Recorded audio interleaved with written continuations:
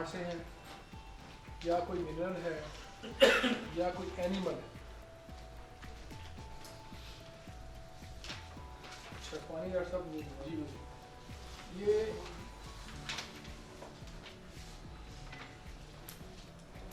ये कभी नहीं होता कि आपको केस लें और दवा जो मरीज़ है वो अपने सोर्स को रिप्रेजेंट ना करे, ये कभी नहीं होता। अगर वो मिनरल है तो डेफिनेटली मिनरल की लैंग्वेज बोलता है, अगर वो प्लांट है तो वो प्लांट की जो है ना वो लैंग्वेज बोलेगा।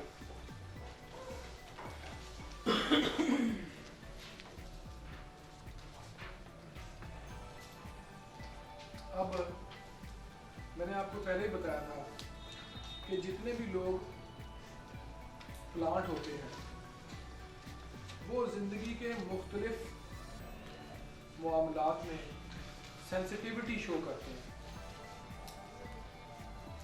हसासियत।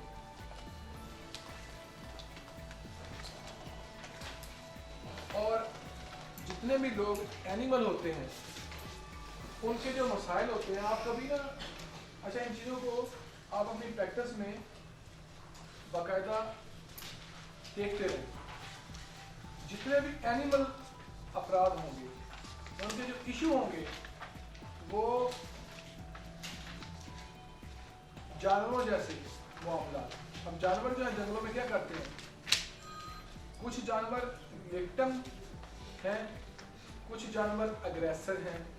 एक जानवर शिकार करता है, दूसरा शिकार हो जाता है, एक दूसरे के ऊपर गलबा ले जाने, बढ़तरी ले जाने की जुस्तजू होती है, मार धाड़ लड़ाई झगड़ा होता है। इन जो लोग होते हैं इसके एनिमल्स के, उनके अंदर ये चीज़ें पाई जाती हैं। उनकी अगर आप लाइफ स्टोरी सुनेंगे, घर के मसाइल सुनेंगे, तो हो सकता है उनका कोई कंपटीशन चल रहा है किसी के साथ, कोई जेलसी चल रही है, लड़ाई झगड़ा चल रहा है। अब मैं आपको एग्जांपल देता हूँ। एक सर राजन सरकारन का केस है अर्टिक एरिया का। तो वो कहते हैं कि बर्निंग बहुत ज़्यादा थी, कोल्ड एप्लीकेशन एवेलुएट करती थी, फ़ौरन आपके जहन में दवाई जो आती है वो एक पर सकती है फ़ौरन। तो सिम्टम जो उन्होंने रेफर्टाइज किए थे वो बस के थे। तो कहता है मैं चूँकि इस सिस्टम पे काम कर रहा था, मैंने कहा देखूँ क्या इस खातून के अंदर victim, aggressor, competition, jealousy, hierarchy, इस तरह के इशू चल रहे हैं। तो मैंने पूछा कि घर में आपको परेशानी, कोई तकलीफ, कोई ऐसे मसाइल आपके हैं? उसने कहा जी और तो मेरे घर में सुख है, मेरे मियाँ भी ठीक है, अल्लाह ताला ने मुझे जो है ना वो एक सुसर दिया हुआ है सासों जैसा, तो वो हर टाइम ना झगड़ता रहता है। कहती अब मैंने अपने हस्बैंड को कह दिए कि अब जो है ना ये मेरे घर में नहीं रहेगा, ये मेरे घर में नहीं रहेगा। अब आप देखें, अगर आप हनी बी को देखें, शहद की मक्खी, कभी किसी ने इसको पत्थर मारा है?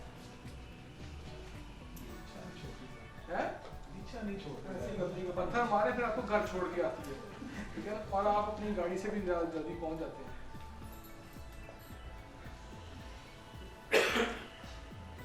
वो देखिए क्या कह रही है, ये जितने भी एनिमल्स होते हैं, विक्टिम अग्रेसर थी, फाइट, लड़ाई झगड़ा और कंपटीशन, जेलसी, और टेरिटोरियल होते हैं एनिमल, अपने इलाके पर काबिज।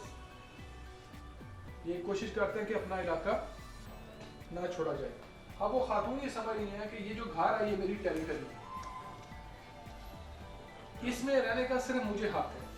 हनी बी ये समझती है कि ये छत्ता है ये मेरी टेरिटरी है, इसमें किसी किस्म का वायलेशन बर्दाश्त नहीं करेगी। केसेस के अंदर मिलता है, आप लेक्सिस को छेड़ के देख लें, बात करके देख लें लेक्सिस से। तो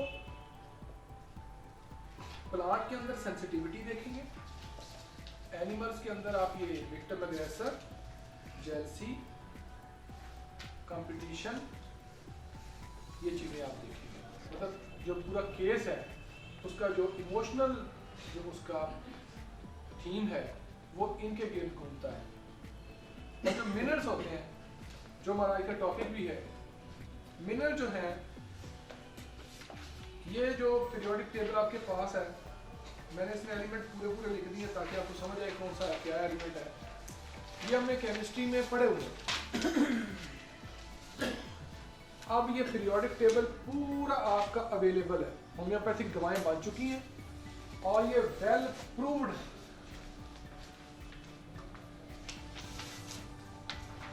ये ऐसे नहीं है कि किसी और प्लैनेट से कोई बंदा आया उसने कहा ये नहीं, ऐसा नहीं है, वेल प्रूव्ड मेडिसिन है। पूरा पीरियोडिक टेबल आपका जो है वो इस वक्त मौजूद है। अब अगर आप ये देखें कि इस पीरियोडिक टेबल पर गौर करें, ये जो आपके लेफ्ट साइड पे एलिमेंट्स हैं, जितने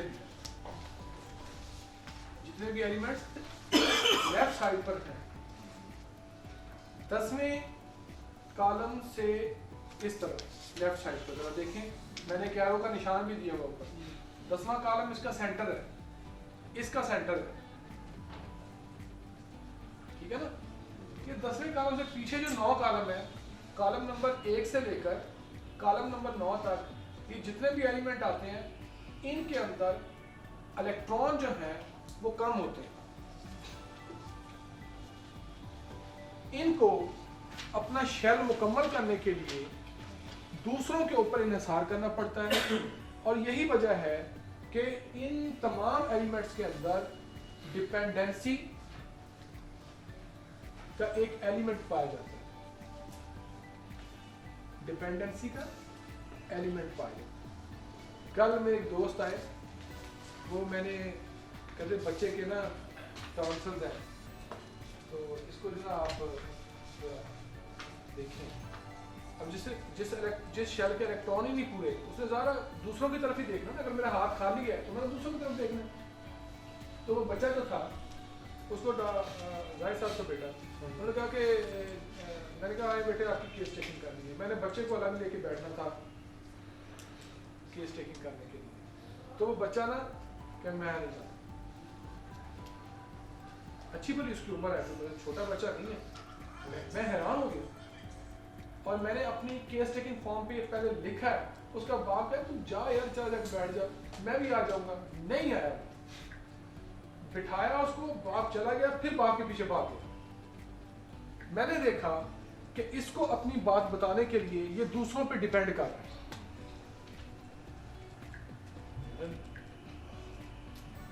पक्का ठक्का मिनरल है, लेकिन अब मैंने उसको बनाया कुछ नहीं था। मैंने कहा अब देखूंगा मैं ये बच्चा आगे क्या चलता है। तो यकीन माने कि पूरा जब मैंने केस लिया, ल्यूकोडर्मा का केस था, उसकी दवाई मिनरल बनी, और वो जो दवाई थी हर हवाले से मेंटल और फिजिकल उसकी जितनी पिक्चर थी उसको कवर कर रही थी। अब डिपेंडेंसी कहां से उसके अंदर आई? ये जो बिहेवियर है एलिमेंट्स की, कि इलेक्ट्रॉन कम है, मुझे अपना शेल मुकम्मल करी दूसरों के। अब मैं पहले आपको थोड़ा सा इसकी ना हल्की जितनी मुझे केमिस्ट्री आती है मैं उसकी बात समझा रहा हूँ। पहले इसको उस हवाले से समझेंगे, फिर इसको होम्योपैथिकली समझेंगे। पहले 9 कॉलम जो है इसके वो डिपेंड है, लैक महसूस करते हैं, कमी महसूस करते हैं, और 10वें पे जाके इसके इलेक्ट्रॉन पूरे हो जाते हैं। 10वें के जितने एलिमेंट के इलेक्ट्रॉन पूरे हो जाते हैं। यहाँ पर बहुत ज़्यादा होपफुल होता है, बहुत ज़्यादा डिटरमिन्ड होता है, और यहाँ पर उसको दूसरों का सहारा लेने की जरूरत नहीं होती, ठीक है ना। अब जैसे ये 11वें की तरफ चलता है, तो आहिस्ता आहिस्ता इलेक्ट्रॉन में फिर डिक्लाइन शुरू होता है, ठीक है। इस बात को समझे, इस बात को ध्यान में रखें। अगली बात फिर हम आपको इसको सारा इकट्ठा करते हैं।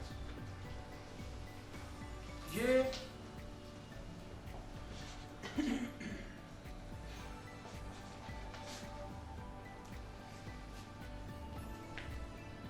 पहले क्या हो रहा है कि कमी है, डिपेंडेंट है 9वें तक। अब मैं आपको बात जो बता रहा हूँ बड़ी इंपॉर्टेंट बात बता रहा हूँ। 10वें में उसकी कमियां पूरी हो गई, 11वें से फिर डिक्लाइन शुरू हुआ। अब सवाल ये पैदा होता है कि पहले से लेकर 9वें तक भी कमी और डिपेंडेंसी है, 10वें के बाद भी फिर वो डिक्लाइन शुरू होता है, तो पहली कमी और डिपेंडेंसी के जो थीम आएंगे उसमें और आखिरी डिपेंडेंसी और कमी के थीम में क्या फर्क है? फर्क ये है कि पहले का जो लेफ्ट हैंड पे कॉलम है उसके मरीज अपना कोई काम करने के लिए दूसरों की सपोर्ट चाहते हैं, दूसरों की मदद चाहते हैं, अपने अंदर किसी एबिलिटी को, कोई काम करने की एबिलिटी को अपने अंदर उसकी कमी समझते हैं, दूसरों की मदद लेना चाहते हैं। जैसे वो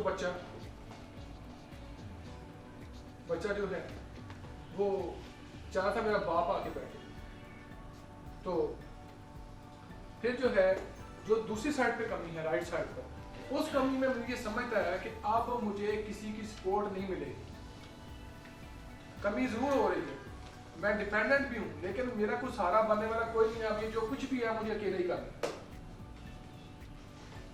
क्योंकि वो जा रहा है ना एंड की तरफ जा रहा है, उसकी होप खत्म होती है, दूसरों को होप खत्म हो जाती है, क्योंकि आप देखें इसका केमिकल बिहेवियर ये चल रहा है इलेक्ट्रॉन्स का। अच्छा, दूसरी बात है, मैं आपसे पूछता हूँ कि कायनात में जितने भी एलिमेंट्स हैं वो 24 घंटे क्या कर रहे हैं? 24 घंटे काम हो रहा है, work work and work, giving and receiving, gaining and losing, gaining and losing, या मैं कुछ गेन कर रहा हूं या मैं कुछ लूज कर रहा हूं। आप देख लें जितनी भी दवाएं स्टीरिलिटी की हैं, पांचपन की दवाएं हैं, उनमें औरत क्या समझती है कि औरत बच्चे से मुकम्मल होती है। डॉक्टर साहब, मतलब मैं बच्चे को वो इलेक्ट्रॉन समझती है। आप देख लें कि बहुत सारी दवाएं उसके अंदर जो है वो मिनरल, मतलब बच्चा उसके लिए उसके उस स्ट्रक्चर को, उस शेल को मुकम्मल करने के लिए एक इलेक्ट्रॉन है जो उसके पास नहीं है, वो कुछ लूज कर रही है। यहां पर जो रोना धोना होगा कुछ गेन करने का, कुछ लूज करने का। डॉक्टर साहब, मुझमें ना कॉन्फिडेंस की कमी है, confidence is electron for me, मेरे पास नहीं है। मेरी बात समझ नहीं समझ रहे आप?